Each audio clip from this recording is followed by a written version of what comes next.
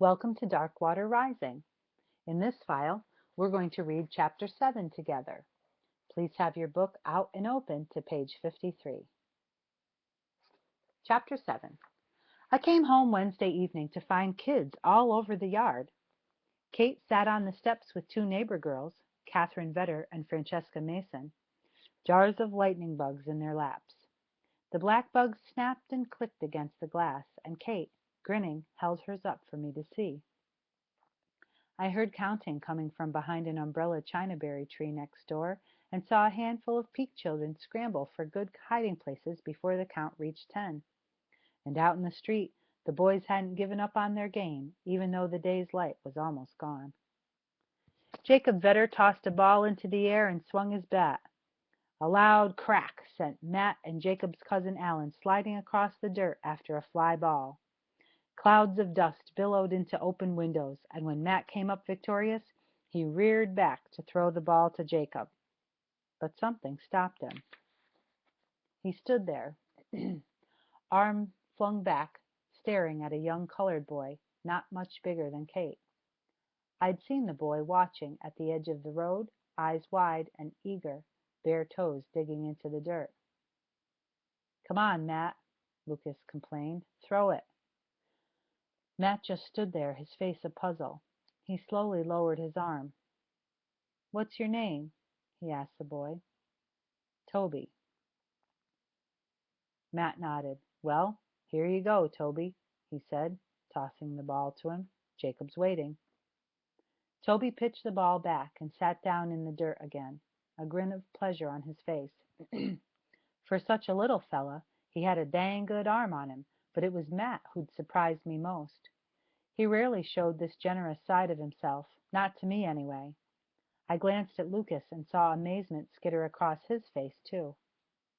I remembered Mama's words about there being a good reason for everything that happens, and shrugged.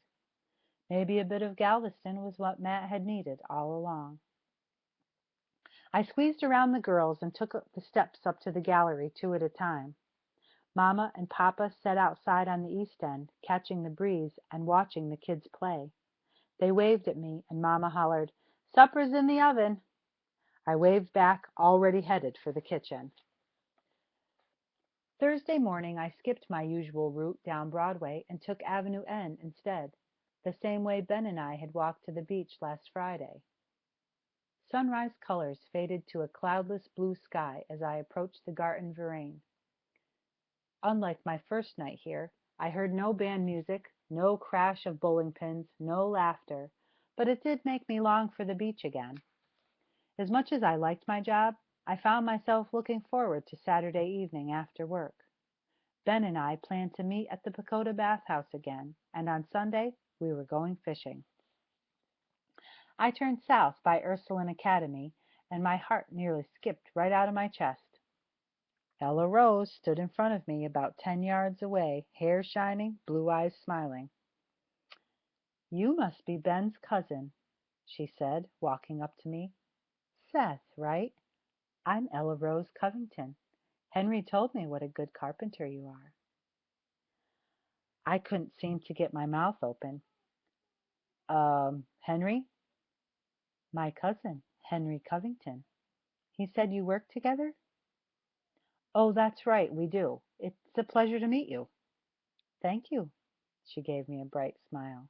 "You know, I think I saw you when I was swimming last Friday." I nodded, my thoughts a stubborn knot I couldn't work loose. I think I saw you too. You were in the water?" "Yes," she laughed. "And you were looking over the pagoda railing, right?" My head bobbed again. "I looked for you later, but I guess you were gone by then." "You did? That was sweet of you." She shot me another radiant smile, and a fierce flutter wrecked my belly. "Will you be going back this weekend?" she asked. "Yes, Saturday. Saturday after work, for sure." I sucked in a deep breath, trying to still the quiver in my knees. "Will I see you there?" "Oh, I'm sure you will. Me and half of Galveston." She laughed again, then tossed a quick glance at the academy. Sister Agnes promised to help me with my Latin if I came in early, so I have to hurry." She shifted her books. "See you Saturday," she called over her shoulder. "Yes, Saturday," I said, waving. I stood there by the road, staring after her. "Covington," I muttered. "Of course. She's Henry's cousin. Stupid, stupid, stupid." A group of passing girls heard me and giggled. Red-faced, I took off for work.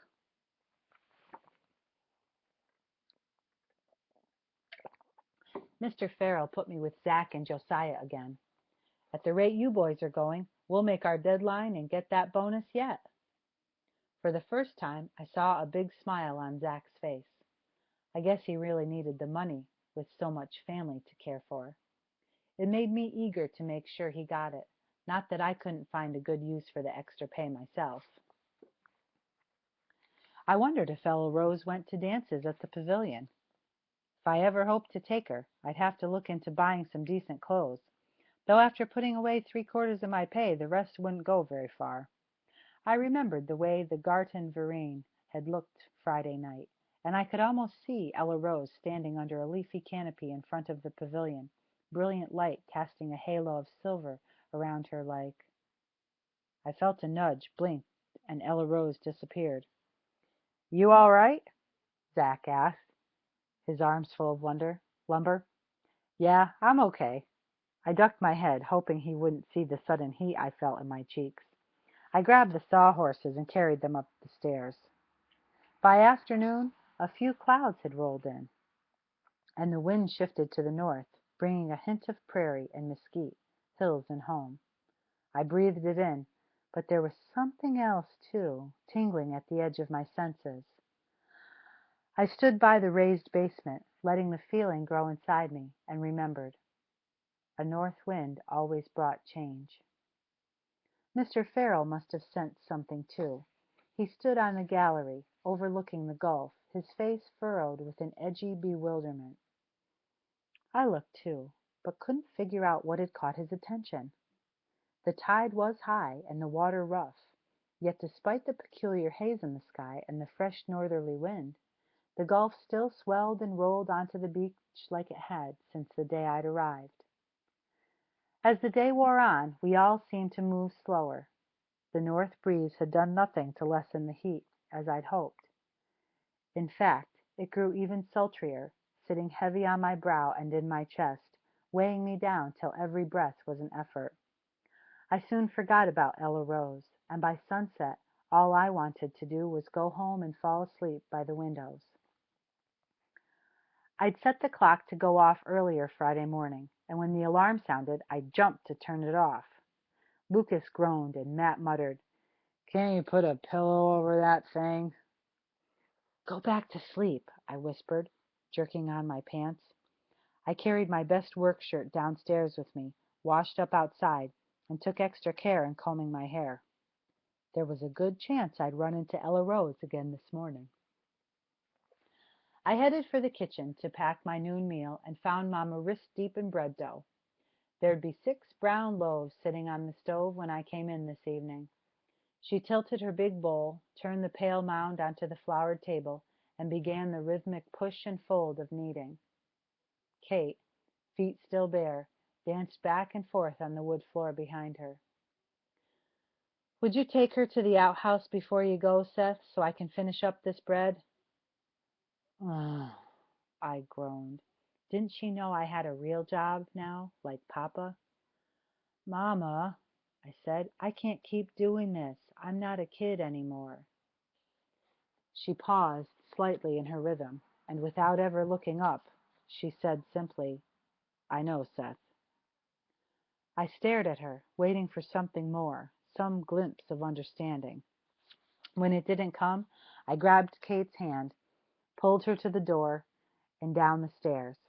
By the time I got back in, Mama had finished her kneading and was packing my dinner. She smiled her thanks, but I was too irritated to smile back. Things would never change around here, and I had to face that fact. She and Papa might never see me as a grown man, no matter what I did. Without a word, I grabbed my dinner and headed for the door. The still dark sky looked clear, but felt unusually warm and humid when I left. It wasn't 2 minutes down the road before I was wiping sweat from my face and swatting mosquitoes. The bit of rain left in the gutters from Tuesday night's storm had spawned some mean little devils, and they all seemed to have a rabid appetite for my neck. The sun was up when I got to Ursuline Academy, but I saw no sign of Ella Rose. I stood waiting, my shirt streaked with sweat and my handkerchief grimy. After a short while, I finally saw her halfway down the block and ran to meet her. I must have looked a mess by the time I caught up with her. She took one look at my sweaty face, laughed, and pulled a lace-trimmed handkerchief from her sleeve. I stared at the embroidered initials in the corner, about to refuse her offer, but found myself reaching for it anyway, sliding it across my forehead and my upper lip. It smelled sweet, like lilacs. I started to hand it back to her, then saw what I'd done to her fresh handkerchief. My cheeks flushed hot. "Keep it," she said, pulling out a second one. "You might need it later."